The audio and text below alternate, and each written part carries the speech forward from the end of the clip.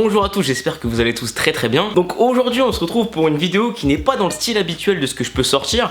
Généralement je suis plus tout seul dans ma chambre en train de parler de sneakers. Des fois je vais faire du skate, mais voilà, généralement je suis plus dans mon coin en train de parler de ce que j'aime. Mais aujourd'hui on va partir de cette chambre, on va partir de cet endroit où vous me voyez toujours en vidéo et on va aller à la rencontre de créateurs. Donc comme vous l'avez vu dans le titre, la vidéo s'appelle Comment créer sa marque de vêtements. J'ai beaucoup réfléchi à cette série en fait parce que moi j'ai toujours été intéressé par la création en général. Des mecs qui vont créer de la musique, des mecs qui vont créer de la vidéo, des mecs qui vont créer des vêtements, enfin en gros la création en général, n'importe quelle forme qu'elle est, ça m'intéresse. Je trouve ça hyper intéressant, le fait que quelqu'un soit parti d'une idée, d'une pensée particulière et finalement derrière on en découle sur un certain business ou sur une certaine marque de vêtements ou sur une certaine manière de faire de la musique, etc. Et en fait surtout ce qui est très important pour moi dans cette série, c'était pas de vous expliquer d'une seule manière comment créer une marque de vêtements, parce qu'il y a 10 000 manières différentes de faire une marque de vêtements. Tu peux commencer par exemple à faire une marque de vêtements avec de la couture, tu peux commencer seulement en faisant de la broderie, seulement en faisant que du flocage, tu peux commencer par le biais d'un shop, si tu as créé un shop tu veux créer ta marque. Donc voilà, vu qu'il n'y a pas un seul moyen de créer une marque de vêtements, j'ai décidé d'aller à la rencontre de plein de créateurs différents pour ensuite avoir en fait un gros retour d'expérience globale de plein de créateurs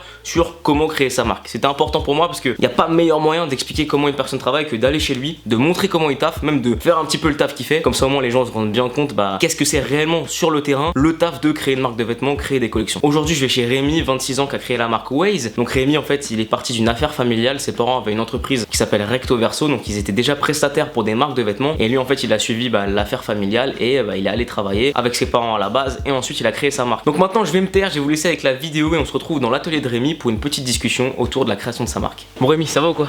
Ça va et toi mon gars? Bah ça va de ouf, je te remercie de m'accueillir du coup dans tes locaux. Du coup on est chez Waze en partie. C'est ça. Et en partie donc dans les locaux d'une autre entreprise, mais aussi tu vas m'expliquer un peu comment ça se passe. Donc du coup ta marque c'est Waze. C'est ça. Comment tu la décrirais pour ceux qui la connaissent pas?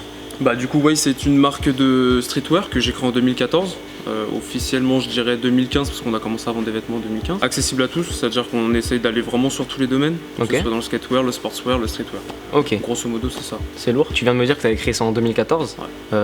Comment ça t'est venu l'idée, enfin l'idée déjà d'une part et surtout deuxièmement le fait de se dire voilà je crée ma marque et aujourd'hui je commence à faire ça. Bah, en fait de base moi j'ai commencé à travailler du coup dans la société Recto Verso. Et donc moi je m'occupais principalement des clients qui venaient pour créer leur marque. Et à force également de gérer ces clients là, ces potentiels clients et ces créateurs, j'ai décidé de créer ma propre marque et du coup c'est pour ça d'où est venue la création de Waze ici même. Ok, Waze ça veut dire quoi? Ouais, c'est la question qui revient souvent. Oui, parce que finalement on peut pas deviner comme ça. Non, mais en vrai je suis resté vraiment, je suis vraiment resté mystérieux sur ça. Ok, est-ce qu'aujourd'hui on peut lever le secret ou est-ce que c'est quelque chose que tu veux garder sur toi? Vu que t'es là, vu qu'on est bien et tout, on va lever le secret. Putain, et on a une information croustillante là. Non, franchement, c'est vrai que j'ai vraiment gardé le secret un petit bout de temps. En vrai, ouais, c'est un peu un mélange d'une société que j'avais créée avant, également d'un pseudonyme de Waze, Rémi. Ça vient des jeux vidéo, je pense, non? Ouais, plus ou moins. Vinci, ça vient des jeux vidéo, frère. Ouais, c'est ça. C'est notre génération, c'est notre génération, on s'inspire un peu de tout ça. Et en vrai, avant de faire des choses, toi, YouTube, moi, les marques, etc., on prend un peu notre identité, un peu d'avant, et du coup, c'est d'où là est parti le mot Waze. Avant j'avais une structure qui s'appelait Way Prods. Donc c'était, avant je faisais de la personnalisation textile, j'ai commencé à 15 ans, c'est-à-dire je prenais des casquettes, des poscas, des bombes. Les gens ils me commandaient des casquettes avec leur nom, je taguais dessus, etc. Donc j'avais Way Prods, à la fin j'avais le Z que j'ai raccourci et que j'ai fait Waze. Ok, c'est cool. J'ai une question aussi qui me revient. Est-ce que toi t'as fait des études particulières pour commencer cette marque là? Parce que bon, tu rigoles mais en vrai il y a des études qui existent pour faire ça. Bien sûr, ouais. Et il y a des gens qui sont tentés de faire des études là-dedans. Bien sûr. Ou sinon, qu'est-ce que tu conseillerais à faire? Je parle d'études, mais ça peut être aussi des formations. Bien sûr, tout à fait. C'est pas juste études, tu fais ton bac, tu fais ton bac plus 2, ton bac plus 3, ton bac plus 5. Je pense que dans les vêtements, dans la mode en général, ce schéma il marche pas forcément tout le temps. Toi, qu'est-ce que tu conseillerais? Des études particulières, des formations particulières ou alors peut-être des étapes à faire soi-même? En vrai, moi, si tu veux, j'ai pas fait des longues études. Je me suis arrêté très tôt parce que j'ai vraiment voulu commencer à travailler très vite. J'ai fait un CAP qui s'appelait Signalétique Enseigne et Décor. Donc en fait toute la journée on dessinait principalement, on faisait des maquettes, on faisait plein de choses, des enseignes publicitaires, des choses comme ça. Et après ce CAP, ça dérivait sur un BMA qui était un brevet des métiers d'art. C'est pareil, tu faisais beaucoup de typo, de déco, un peu de lettering également. C'est pas mal. En vrai ça m'a pas trop aidé pour les vêtements, juste pour le côté un peu création. Pour le côté un peu typo, etc. Un peu la signature. Mais en soi, moi c'est vraiment tout ce que j'ai fait. Je me suis arrêté, j'ai pas continué après. Parce que j'avais vraiment un business, le côté graphe et tout, j'ai voulu développer. Après pour les conseils, je peux être bien placé comme mal placé. Moi je pars du principe que l'expérience, tu l'acquiers avec les années. Et en étant vraiment dans le textile même, dans la société où on fait du textile tous les jours, pour moi c'est la meilleure des formations. Mais bien évidemment qu'il y a des choses que tu apprends aussi en faisant X diplômes, X formations. Je sais qu'il y a beaucoup de choses sur Paname qui existent. Il y a beaucoup de formations aussi qu'on peut faire indépendamment que des écoles. Tu peux très bien faire des formations de couture, de façonnerie. Ça dépend aussi, je pense. Attention, peut-être j'ai une bêtise, mais ça dépend aussi peut-être de la manière dont tu veux créer tes sapes. Est-ce que tu fais beaucoup de couture, est-ce que tu fais de l'impression, etc. Tout à fait, Et je pense que c'est ça aussi qui forge un peu le chemin que tu veux prendre. C'est pour ça que je disais qu'à mon avis, il n'y a pas d'études type. Je pense que c'est un choix, c'est vraiment un choix. Et ça dépend des personnes. Soit il y a des personnes qui veulent se lancer dans les longues études, des personnes qui peuvent aller sur le terrain. C'est aussi en fonction de ce qu'ils pourront faire, je pense. Combien t'as fait de collections toi avec Waze en tout depuis la création? Il y a beaucoup de collections que j'ai pas sorties encore. Je crois qu'il y a même des collections que je devais sortir que j'ai pas sorties. Jamais sorti, ou sinon elles sortiront peut-être un peu après, mais qui sont pas encore bien abouties. J'ai fait des petits drops, des petites capsules, et j'ai fait des collections.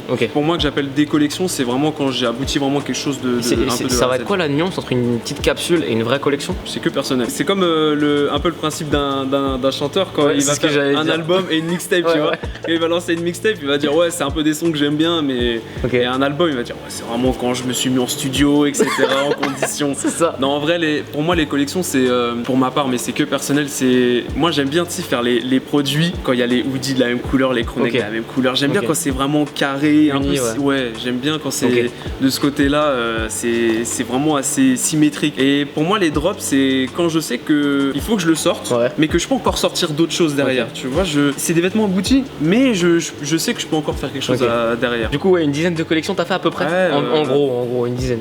Je pense qu'on doit être pas loin d'une dizaine, peut-être. Mais du coup, comment te vient l'inspiration pour faire 10 collections? Les thèmes récemment que j'avais fait une collection l'année dernière, c'était Stripe, qui était pour ma part en fait un peu le lancement de quelque chose d'autre, un peu un renouveau. Parce que c'est vraiment une collection que j'avais fait sur mesure avec des patronages, j'avais pris les dimensions des manches, on avait envoyé tout ça, des dossiers techniques. Ça c'est un peu plus pointilleux quand t'as une marque de vêtements, tu commences vraiment à travailler un peu là-dessus. T'envoies ça après à l'usine de fabrication? Tout à fait, t'envoies ça après à une usine de fabrication qui te fabrique les vêtements et tu les reçois finis, etc. Tu fabriques où tes vêtements toi? Au Portugal. Portugal. Pour les inspirations, franchement je t'avoue, ça peut partir de tout et de rien. Ça peut partir d'un film, ça peut partir d'un voyage, ça peut partir de la musique. Je sais que pour Stripe, j'avais vraiment dans l'idée, c'était une technique que de la bande. Je voulais mettre de la bande partout. Bah écoute, moi je te propose un truc, c'est qu'on est un peu dans l'atelier qui est derrière nous et que tu m'expliques comment ça se passe pour créer des vêtements. Comment tu fais ta sérigraphie, comment t'imprimes, comment tu brodes, et si t'es chaud, on peut même se faire des petites sapes. Vas-y, carrément, avec grand plaisir. Je te préviens, je suis mauvais. Tout ce qui est manuel, je suis très mauvais. On les vend après ou pas? Je suis pas sûr. On peut faire une enchère. Ça peut être marrant. C'est good ou quoi? Une collection Vinci Waze. Oh là là, oh la dinguerie. Du coup, je te fais un petit topo. Vas-y. Je te montre un peu tout ce qu'on est capable de faire ici. Lourd. T'as tout ce qui est presse ici. Grossièrement, ça ressemble beaucoup à du flocage. Tu sais, tu vas dans les boutiques, tu floques les numéros.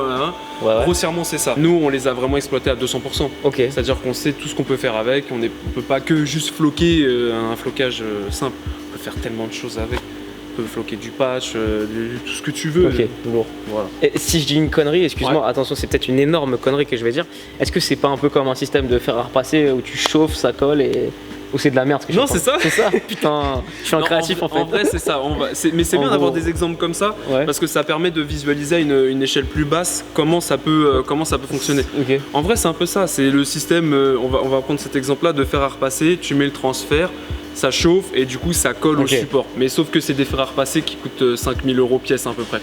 Donc ça là-dessus on est sur 5000 € pièce. Donc il y a à peu près, sans le compresseur, t'as à peu près 15 000 € de machine là. Donc là en gros, t'en as pour 15 000 € de machine, putain. En vrai je fais l'étonner mais je sais que ce genre de truc ça vaut forcément cher parce que c'est des trucs niveau technologie, c'est important. Elles sont automatiques en plus. C'est-à-dire que juste...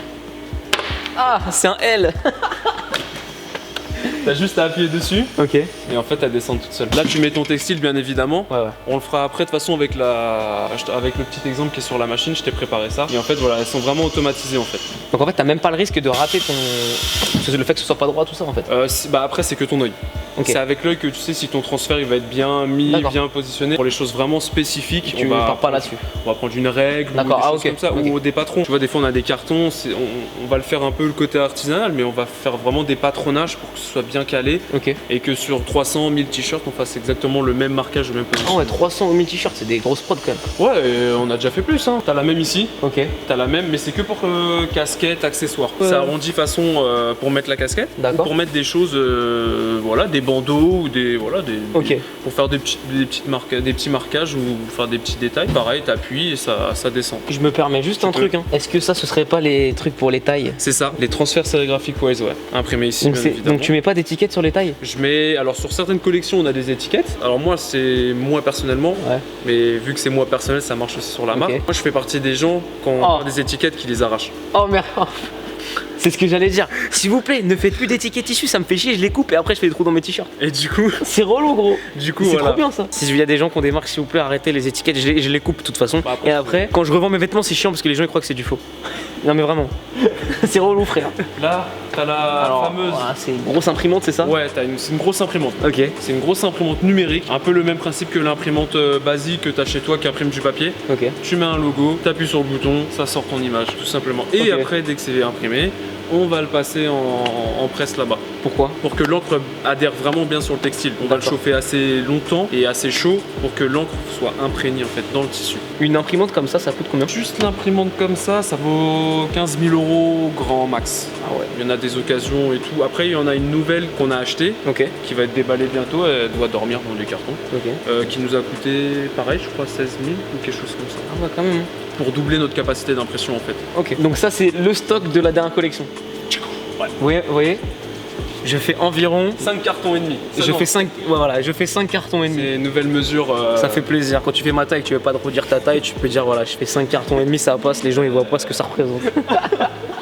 Là on a une grosse machine. Ok. Une vraiment très grosse machine qui est un carrousel automatique pour la sérigraphie. Ça a une valeur d'à peu près 80 000 €. Ah ouais. Avec le four qui est derrière. Et ça mesure combien ce truc?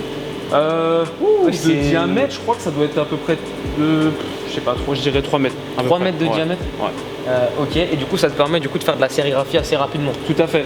Là avec une machine comme ça, tu peux imprimer à peu près un t-shirt en 2-3 secondes. En 2-3 secondes? Ouais. Et tu te sers de ça pour des collections de combien de pièces environ? Généralement on démarre à partir de 100 pièces. Ok.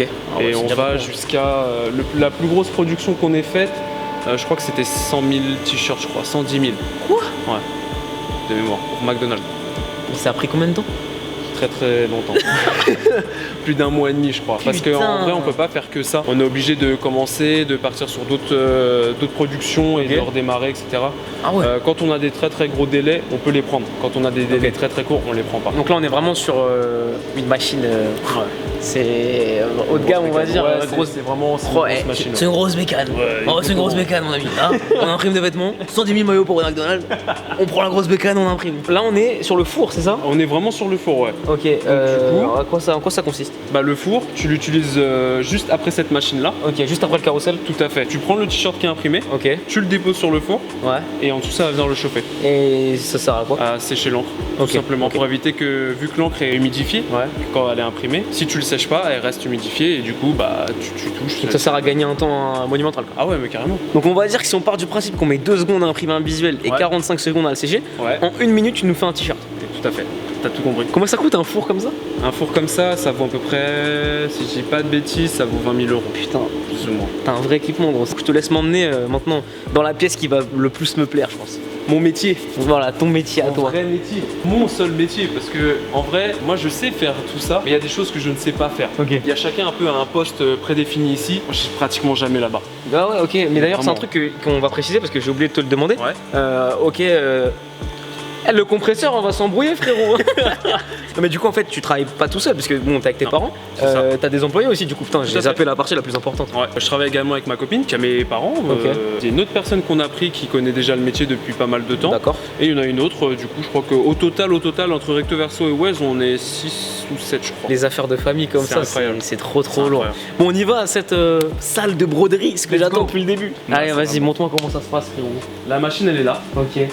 Juste ça fait la taille taille de ma voiture, gros. Vraiment, bah, presque. C'est un peu le même principe qu'une machine à coudre. Oui, parce que moi, du coup, comme je te disais tout à l'heure, quand on a visité la première fois, moi j'ai l'image de ma grand-mère qui coud ces petits trucs avec sa machine à coudre. Là, tu me sors un truc gros. Bah, c'est un peu ça, mais un peu plus industriel. Ouais. Et c'est pas le même prix qu'une machine à coudre. Ok, c'est combien ça vaut entre 50 et 60 000 euros. Ok. Voilà. Et c'est vraiment ce genre de truc qui est utilisé pour n'importe quel truc de broderie industrielle. Tout à fait, ouais. Mais en ce moment, on voit beaucoup sur Insta ou même sur les réseaux le patch Lacoste qui est cousu ou qui est brodé. Oui, exact. C'est ces machines-là. C'est exactement ces machines-là. C'est tout ce que tu vois en broderie chez les grosses marques, c'est ces machines-là. Ok. Surtout chez Waze. Ouais, bien sûr.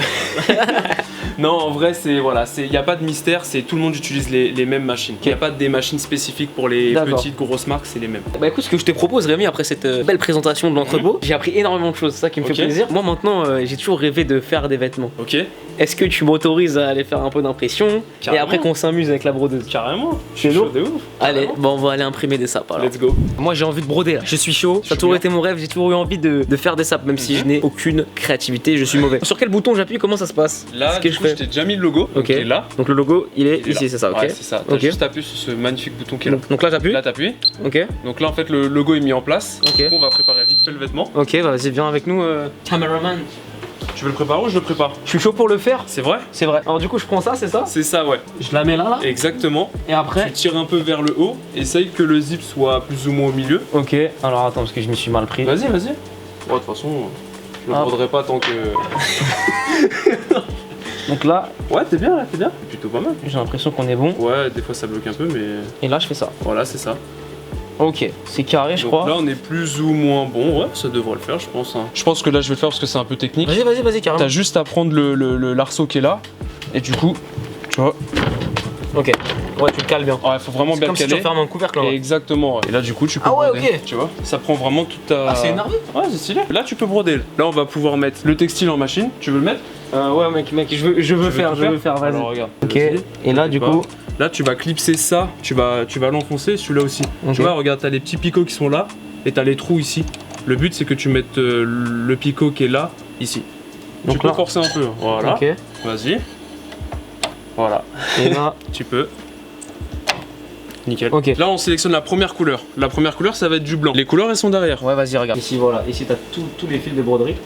On est ok. Et du coup, je me permets. Ouais. Comment ça se passe? J'appuie là-dessus. Alors non, il faut que tu sélectionnes le blanc. Parce que là, on est sur la tête 14. La tête 14, c'est du rose fuchsia.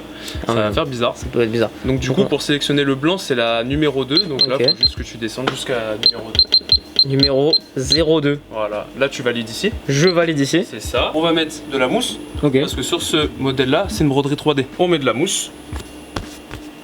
Et là, t'as plus qu'à appuyer sur Start. Et là, je vous préviens, premièrement, ça va faire un bruit de l'enfer. Et deuxièmement, je peux attester que oui, j'ai fait des vêtements. Donc, on va lancer cette broderie. Cette broderie, frérot. On va lancer cette broderie. Et après, on va aller à l'impression, imprimer un autre visuel sur notre vêtement. Donc là, on lance ça. Et là, c'est la guerre, frérot.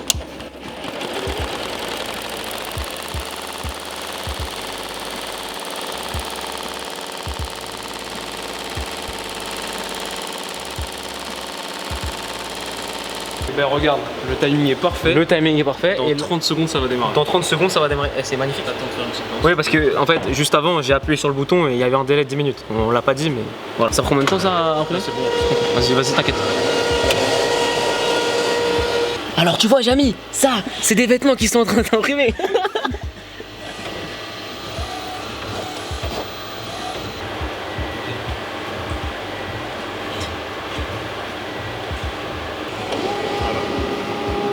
Et voilà, et là le truc il a imprimé. Donc, il a imprimé. je m'y prends comment maintenant pour.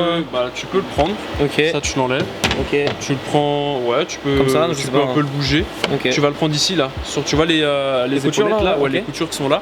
Tu fais gaffe parce que le visuel se touche pas. Au pire, tu le prends et tu le tiens comme ça, tout simplement. Ouais, tu peux y aller, Oh. Voilà. Là, on va le mettre sur la fresque qui est là-bas. Ok, vas-y, viens avec moi, cameraman. Je le mets sur la presse. Tout à fait. Donc, faut que je fasse en sorte que le visuel il se touche pas. C'est ça. Et la capuche, je peux la mettre en dessous. Ouais, j'ai l'air très mauvais là. Je savais pas quoi en faire. Ça se voit. Ça se voit. Je vais appuyer sur la pédale. C'est chaud. Tu peux laisser, ouais. Ouais, c'est chaud, ça chauffe pas. Là, elle est à 157 degrés. Ça, je l'enlève du coup. Ouais, c'est bon, c'est fini. Là. Ok, c'est terminé. Il est prêt à être emballé. Voilà. Je peux le montrer à la cam. C'est ça. Et ça nous a pris vraiment 3 minutes genre. Exactement. On va aller voir, on va laisser un peu la broderie faire et on se retrouve une fois que le visuel est brodé. Donc là on a la 3D qui est finie. Ok. Donc là ça va couper. Et il y a un truc qui est grave satisfaisant, j'adore le Attention, vas-y. faire. Tu prends la mousse et en fait t'as juste à tirer. Là je tire. Vas-y, tire, tu vas voir. Ah c'est d'art. C'est pas, tu peux y aller hein. C'est pas grave satisfaisant. Héros de ouf. Voilà. Et là on a la 3D qui fait. Donc là on a la fameuse mousse C'est ça. qui est brodée sur le t-shirt. C'est exactement ça. Donc après on l'enlèvera à la fin, mais Ok. grosso modo c'est ça, tu vois. Ah ouais non mais je dis de la merde, mais oui mais n'importe quoi. Mais Ah oui, non, la putain. mousse elle est pas, Elle est pas brodée, bah oui. Exactement. Je Ouais. suis con, c'est incroyable. Et donc là on a le visuel qui est fait. C'est ça. Bah c'est énervé mec. Incroyable. Hein. Franchement ça a pris combien de temps? Ça a pris, il faisait 20 minutes, là on a 8, ça a pris 12 minutes à peu près. Vous voyez aussi la nuance pourquoi une broderie coûte toujours un peu plus cher. Exactement. C'est généralement, bah déjà niveau qualité de produit, forcément bah, du tissu ça coûte plus cher que de l'impression. Ah ouais. Et on est passé d'un t-shirt, on disait avec le carrousel, qui a duré, en gros ça dure 1 minute à faire. Ouais. Là on est sur bien 20 minutes pour un Ouais. truc. Et encore on a même pas fini. Et du coup la diff c'est que bah, quand tu fais 20 t-shirts imprimés, t'as le temps de faire qu'un seul truc brodé. Donc c'est vraiment, ça prend plus de temps et ça demande plus de temps et d'argent quoi, bah, normal. Je te remercie de ouf, c'était Avec grand j'ai plaisir, appris c'est moi. énormément de choses, ça m'a fait vraiment grave plaisir. Et voilà, vraiment grand merci, Bah, merci c'était à toi, stylé de frérot. ouf. Ça m'a fait plaisir.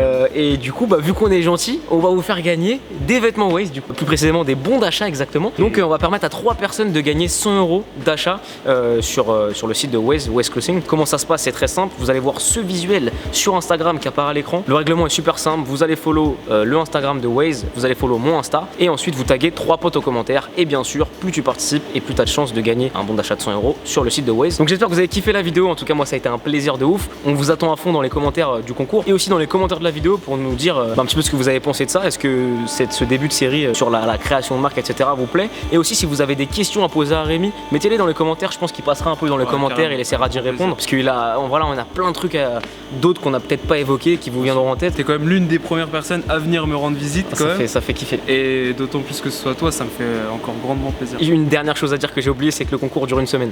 Important. Ouais. Important à dire, on allait exactement. finir, là.